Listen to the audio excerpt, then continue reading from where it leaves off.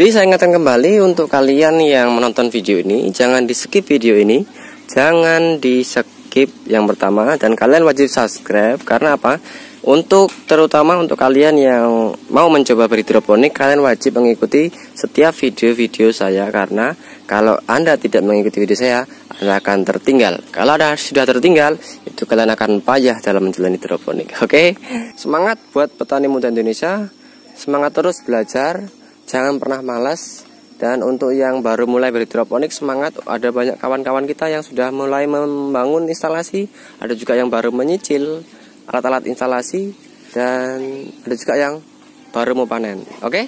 Salam saya dari saya, Popeye Jalanan. Oke, selamat menyaksikan.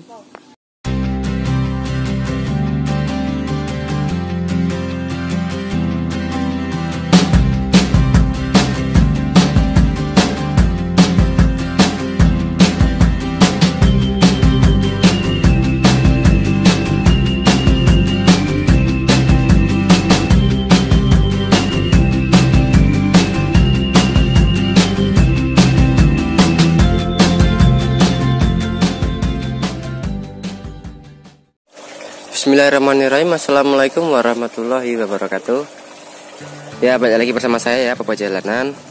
Oke, di video kali ini saya akan menjelaskan rangkuman yang sudah beberapa kali ditanyakan di kolom komentar. Jadi membuat instalasi ini banyak yang kurang paham lah, terutama di cara membuatnya.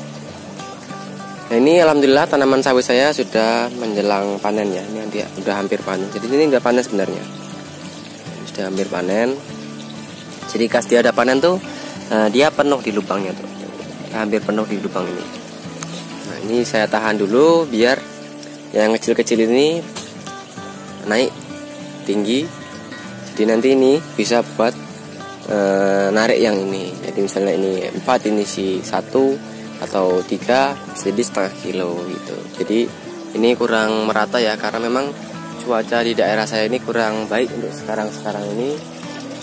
Kalian bisa lihat mendung, panas, mendung, panas, mendung, panas begitu terus. Jadi ini udah mulai gerimis lagi. Tadi malam hujan, jadi kurang baik lah intinya untuk cuaca seperti ini. Oke, langsung saja di poin yang pertama kemarin. Itu banyak yang menanyakan perihal parlon ya. Jadi pertama parlon dulu.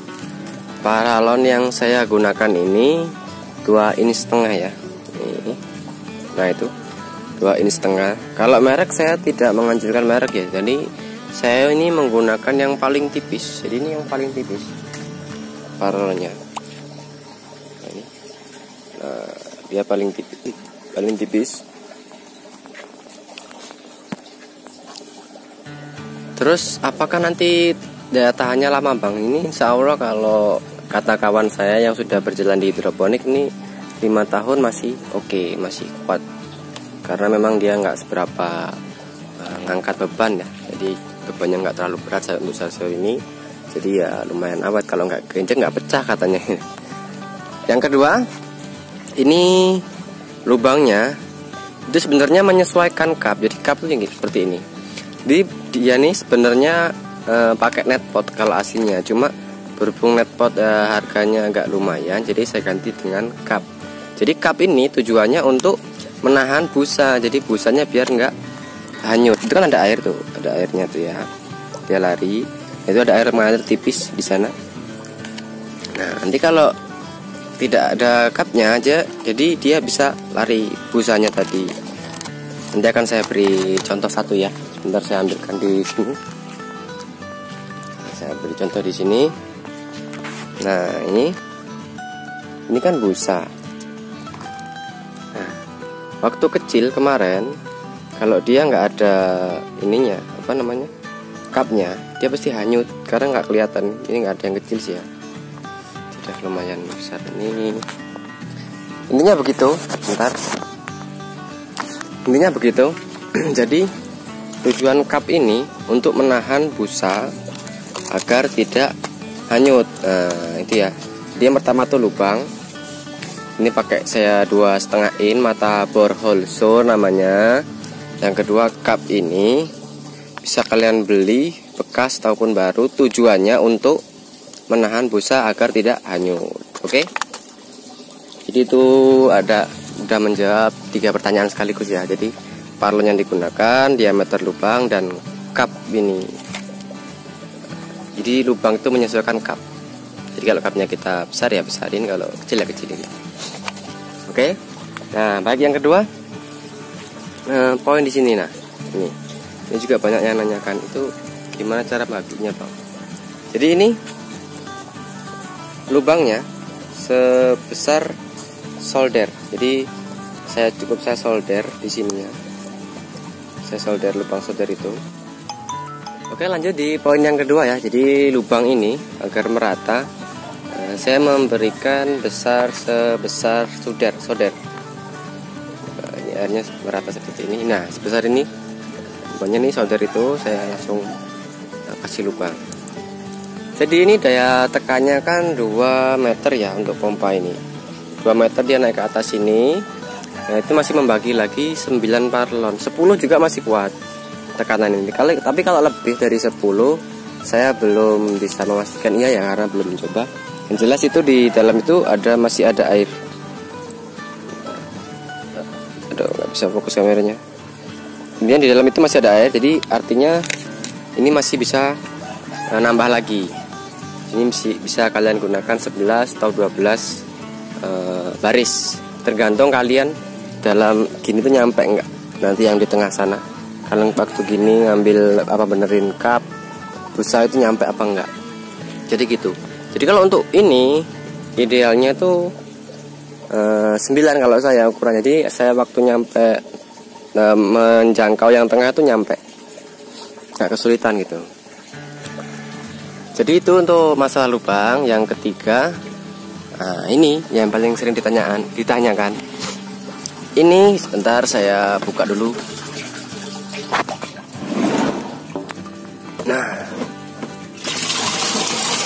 Nah ini. Jadi sirkulasinya itu kan di sana ada pompa, ya kan? Kanton saya yang gunain ini 150 liter. Ada keterangannya 150 liter. Ini kita naikkan ke sini, terus kita alirkan itu melalui lubang-lubang yang tadi 9 tadi. Terus itu miring sana. Nah, di ujung sana itu ada semacam sistem lah, gimana caranya air bisa berkumpul jadi satu, masuk ke parlon ini. Nah, langsung ke sini. Jadi airnya balik lagi. Jadi kalau hujan, bentar saya tutup kembali biar ini. Kalau hujan,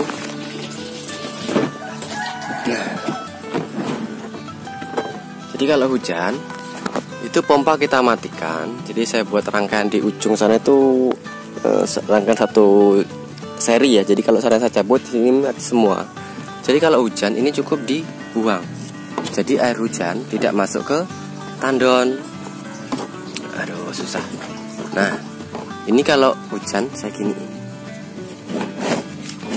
Nah, jadi lihat nutrisi ya. Jadi ini kebuang ke sini. Itu kalau hujan. Nah, tadi kebuang. Jadi ini kita angkat, kita buang ke sini. Intinya biar air hujan tidak masuk sini. Nah, itu banyak sekali yang menanyakan kalau hujan gimana. Jadi kalau hujan, pompa kita matikan, air nutrisi ini kalau sudah habis masuk ke tandon semua, kita buang ke sini. Nah, itu poin yang keempat. Jadi cukup paham ya untuk masalah ini ya, tandonnya ataupun hujannya. Sebentar kita lihat lagi di ujung sini. Nah, di ujung sini ini kita bentuk basing lah, terserah kalian, yang penting irit aja. Jadi ini saya dapat dari tukang rongsok ya. Ini dulunya bekas talang, seperti talang itu yang bentuknya U. Jadi saya potong jadi 2 dan saya bentuk seperti ini, miring. Jadi agar bisa menampung air yang dari parlon-parlon ini masuk ke sini dan ke corong. Nah, ini corong yang kecil, harganya cuma 6.000 ini. Nah, ini 6.000. 6.000. Nah, kalau di daerah kalian ya, yang jelas ini agak lumayan mahal kalau menurut saya. Jadi ini masuk ke pipa yang tadi saya angkat tadi. Nah, ini masuk ke tandon yang ada di ujung sana. Jadi begitu kawan-kawan. Nanti untuk masalah hujan kita bisa mengakalinya dengan seperti tadi sistemnya. Jadi kita cukup angkat keran baliknya, atau di sini juga kita bisa membuat keran atau langsung dibuang aja nggak apa-apa ini. Jadi nggak masuk ke tandon, tapi langsung ke sana lebih praktis, langsung di ujung sana kita buka. Jadi seperti itu. Untuk kemiringannya kalian sesuaikan, mengikuti punya saya juga boleh, kalau enggak juga boleh. Nah itu kalau kalian lihat, saya lihat nggak ya? Nah itu kalau kalian lihat, nah di situ ada air ya. Jadi air ini tidak boleh lebih nyampe nyentuh batang ini. Nah ini. Jadi air yang di sini, bentar saya zoom. Nah air yang ini tidak boleh nyentuh batang ini ya. Ini ada batang. Nah ini ada batang sawi ya. Artinya kalau terlalu kemiringannya kurang miring, nanti air ini akan nggak lancar ya, jadi agak terhambat ngalirnya. Ini bisa naik ke sini, dan nanti membasahi batang ini. Akibatnya busuk batang, nanti akan busuk batang. Jadi ya, kalau mengikutnya saya yang di ujung sana itu saya menggunakan 110. Nah yang ujung itu, yang tiang pertama itu 110 cm. Dan ke sini paling ujung ini ada 70 cm. Nah, ada kelemahannya kalau terlalu miring gini, ada juga kelebihannya. Yang pertama kelemahannya, sebentar, caranya dulu. Jadi untuk 7 tiang ini kalian tancap dulu tiang pertama dan tiang terakhir. Kalian kasih benang sampai ujung. Nah nanti yang lainnya ini menyesuaikan benang itu tadi. Oke, sudah paham ya cara pembuatannya ya. Jadi untuk kelemahannya yang terlalu miring itu nanti suhunya akan cepat panas. Jadi kita membutuhkan paranet yang agak tebal jaringnya. Kalau terlalu miring ya. Tapi dampak baiknya, dia ini tidak gampang busuk batang karena air tidak naik. Itu dampak baiknya. Jadi kalau sebaliknya, kalau yang nggak terlalu miring ya begitu. Jadi dia tidak cepat layu, atau siang pun dia tetap kokoh berdiri. Cuma takutnya kalau sudah besar seperti ini, kan akarnya banyak ini. Nah kalian bisa lihat tuh, kan akarnya banyak. Sebentar saya cabut ya. Pada besar ini akarnya banyak nih. Nih akarnya kanan ke kiri. Nah itu bisa menyumbat aliran air. Jadi kalau ada penyumbat, nanti dia bisa debit air itu naik, intinya membasahi batang. Jadi akhirnya busuk batang. Ada beberapa kemarin di kawan saya yang busuk batang ya. Jadi di sini sudah ada 4 orang yang membuat ventilasi, dan kebetulan saya yang membimbing langsung. Jadi saya tahu perkembangan dari sapi mereka. Nah ini akar dari sini sampai sini. Bayangin kalau ini semua ada tanamannya, jadi penuh akar nanti di dalamnya. Oke ya, paham ya untuk masalah itu ya, kemiringan ya. Dan untuk usia panen ini saya sama dengan yang di konvensional lah, asal cara perawatannya normal ya. Jadi ini usia panennya 25 sampai 35 HSS atau hari setelah pindah. Jadi di semai itu 7 hari. Setelah itu pindah ke sini. Ciri khasnya dia bisa dipindah itu tumbuh daun 4 atau daun sejati ya. Itu baru bisa dipindah ke sini. Kalau udah di sini itu baru kita hitung 1 hari, karena kalau di semai itu dia belum memakan biaya ya, atau belum memakan nutrisi lah, jadi belum dihitung untuk nutrisinya. Jadi dihitung dari awal pindah ke instalasi itu 25 sampai 35 HSS. Oke, itu untuk usia panen. Jadi udah cukup ya untuk masalah paralon, lubang, usia panen. Nah sekarang balik ke nutrisi ya. Nutrisi yang saya gunakan tuh saya ganti-ganti, terus terang saya ganti-ganti karena saya belinya masih online, jadi ya masih mengikuti, masih ngikut mana yang lebih murah lah. Intinya begitu. Kalau hasil sama aja, kalau masalah bagus enggaknya sama aja. Dan nanti belum saya rekomen karena belum belum banyak lah saya mencoba. Jadi nanti saya rekomen kalau udah nemu yang paling bagus. Cuma saya rasa itu bagus semua ya untuk nutrisi. Kalian bebas memakai nutrisi pabrikan, yang penting ya jangan, kalau masih awal nih jangan dulu eksperimen atau jangan dulu kalian coba-coba gitu buat nutrisi hidroponik sendiri, karena nanti kalau gagal takutnya ya gitulah. Kalau kaum muda itu kalau sekali mencoba gagal, apalagi sistemnya hidroponik seperti ini, pasti banyak diolok-olok, nanti takutnya beliau down dan tidak bisa lanjut lagi. Jadi kalau untuk pertama, untuk pemula itu bagusnya memakai racikan langsung ya, jadi APMI pabrikan. Jadi biar bisa seperti ini. Ini aja pabrikan masih belum rata. Nah, kalian bisa lihat, tapi ini wajar karena memang cuacanya kurang bagus. Ini akibatnya kalau kalian membuat racikan nutrisi sendiri. Jadi ceritanya kemarin saya buat